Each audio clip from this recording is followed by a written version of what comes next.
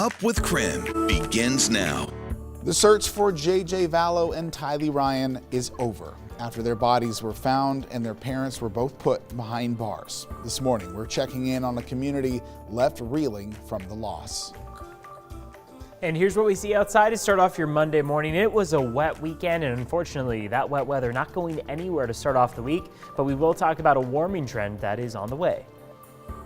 6:30 on your Monday morning, we are tracking breaking news. The Air Force, a U.S. Air Force plane, has reportedly crashed into the North Atlantic overnight. The crash happened at 1:40 our time, and according to the BBC, one U.S. pilot was on board the F-15 jet. Right now, UK search and rescue teams are taking part in that investigation. There is no word yet this morning on what led up to this crash, but we are told that the jet was on a routine training mission from Lakenheath, that is the base that hosts the U.S. Air Force's 48th Fighter Wing, also known as the Liberty Wing. This base is located about 80 miles northeast of London. We will, of course, keep you updated on the latest involving that search effort. We do want to check in with Evan once again this morning to jump right into our Monday morning forecast on what we can expect. Going ahead, Evan. Well, good morning. Yeah, it's been a wet start to the day. A wet weekend is what we saw, and now it doesn't look like we're seeing things let up at all as we kick off the week. We do have a change that will come later on this week into about your summer. Summer officially begins on Saturday, but it's going to take some time. So just be a little bit patient on the trailing end of things as spring seems to be making kind of one last-ditch effort. Satellite and radar shows a significant amount of cloud cover. When those clouds clear out and you just look at those showers, they're building across central Washington and the southeast corner of Washington. So if you haven't seen them yet, you will see them in just a couple hours. 55 degrees, that forecast high for the afternoon. It means that we will be resting about 10 to 15 degrees below normal, in some cases closer to 20 degrees below normal. So it's going to be a cold one thanks to the clouds that we've got out there. And unfortunately, on Future Tracker, the next 48 hours of computer models do show that we stick with this trend of wet weather. So we'll see a drying trend take place as we head toward about your Wednesday evening and then into the remainder of your work week. And then it looks like as we head into about Friday, Saturday, Sunday, we really start to see that warming trend take effect. So we'll have more details on what this looks like, but it does look like we're going to have to hang on to those showers for just a bit, Joshua. I got to tell you, Evan, if you had told me a week ago that in the first full week of June, I'd be thinking about putting my heater on. I know. Yeah. It's a little surprising. I don't think many people are super pleased about it. They're just really waiting for the summer-like weather, but it's coming soon. I know that. Yeah, well, we'll look ahead to the rest of this week when we check in with you here in just a few minutes, Evan. Thank you very much. 6:32 now on your Monday morning. We have three headlines for you before you start your morning, starting with a number of coronavirus activity reportedly increasing in Washington. This is from new data out of the Washington State Department of Health. That report shows infection rates are increasing, particularly in eastern Washington. The statewide report singled out Spokane, Franklin, Benton, and Yakima counties as areas of concern.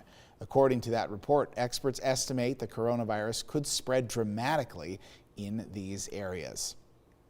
Experts with the American Academy of Pediatricians are worried about a possible increase of child drownings this summer.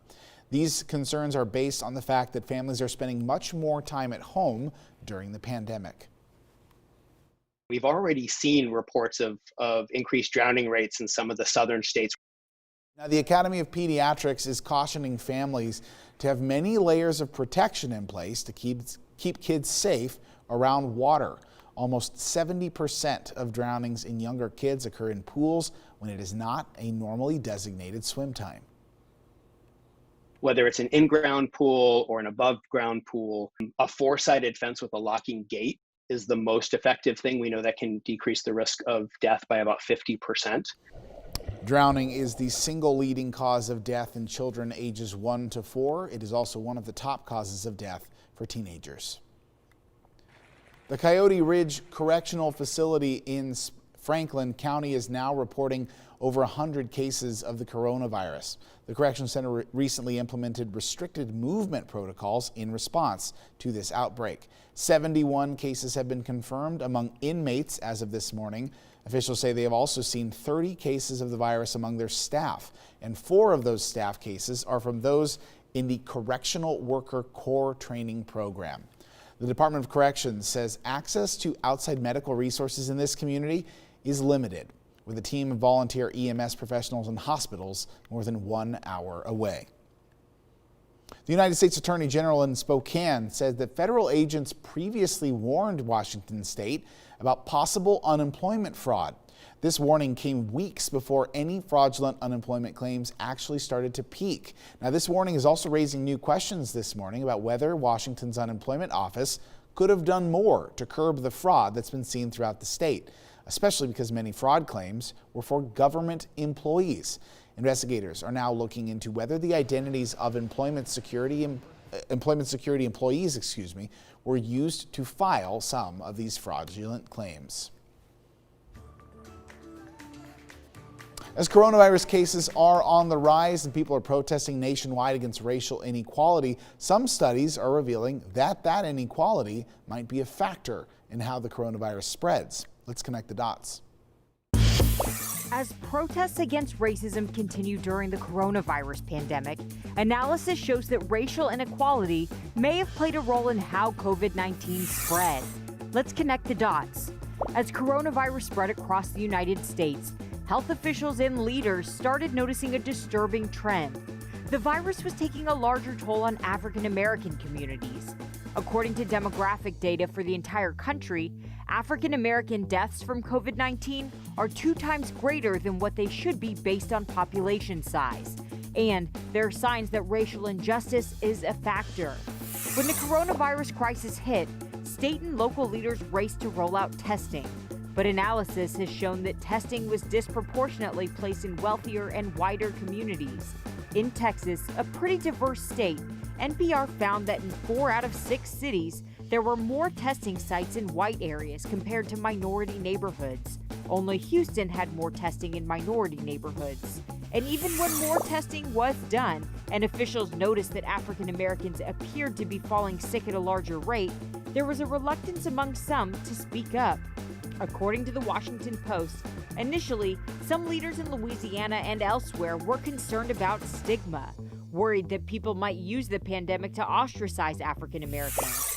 Activists also point out that the coronavirus, like other diseases, was able to exploit long-standing social and economic inequality. That includes everything from a lack of quality medical care to a higher likelihood of working essential jobs to a prevalence of multi-generational households. 6:37 this morning. In case you missed it, a murder suspect has been arrested in Kittitas County after a 23-day manhunt. Deputies had been looking for Jorge Alcantara Gonzalez, 34 years old, in connection to the murder of a hiker who went missing in mid-May.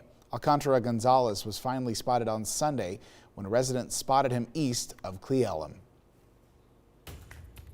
A developing story this morning. A community in southeast Idaho is reeling today after the discovery of the bodies of J.J. Vallow and Tylee Ryan. Several candlelight vigils were held over the weekend. Our own Dana Marie McNichol joins us this morning with the latest on the case and how the community is responding. Good morning, Dana Marie. Good morning, Joshua. That's right. There were 3 candlelight vigils, one in Rexburg where the children's bodies were found, one in Boise, Idaho, and one in Idaho Falls. Emotions were high among all of the attendees. A couple days ago, my mom was like, they found Tylee and JJ, and if you want to go up to Idaho for their vigil, we're gonna go. And I was like, okay, I need to go. And like, it didn't really hit me that they were like gone until I was driving up here, and like, Tylee was my best friend out there and everything. We did everything together. JJ and Tylee were found buried in the yard of Chad Daybell's Rexburg home. Just yesterday, the Rexburg Police Department confirmed their identities. Tylee's aunt, Annie Cushing, took to social media to express her grief. R.I.P. JJ, Tylee, and JJ. I'm sorry your short lives were marked with such hardship, instability, and trauma, she wrote. I'm sorry that the person who was supposed to keep you safe in this world was the one who subjected you to the worst horrors. We will fight with all we have to make sure all the monsters who played a role in your death will be brought to justice. Now, JJ's grandfather, Larry Woodcock, says it's been extremely hard in the days since JJ and Tylee were found.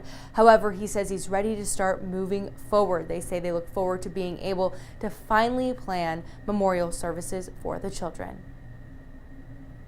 I know JJ is with his daddy. Get JJ home, and where her family wants Tylee, we'll get her there.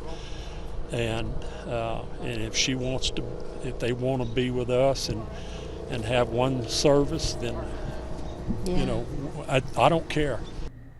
Chad Daybell will appear in court on July 1st. Lori Vallow's next court date will be on July 9th. Joshua? Thank you very much for that update this morning, Dana Marie. Still to come in the next 10 minutes, a group of wives of the Seattle Seahawks have organized their own Black Lives Matter protests over the weekend. We'll hear directly from them on what inspired them to protest.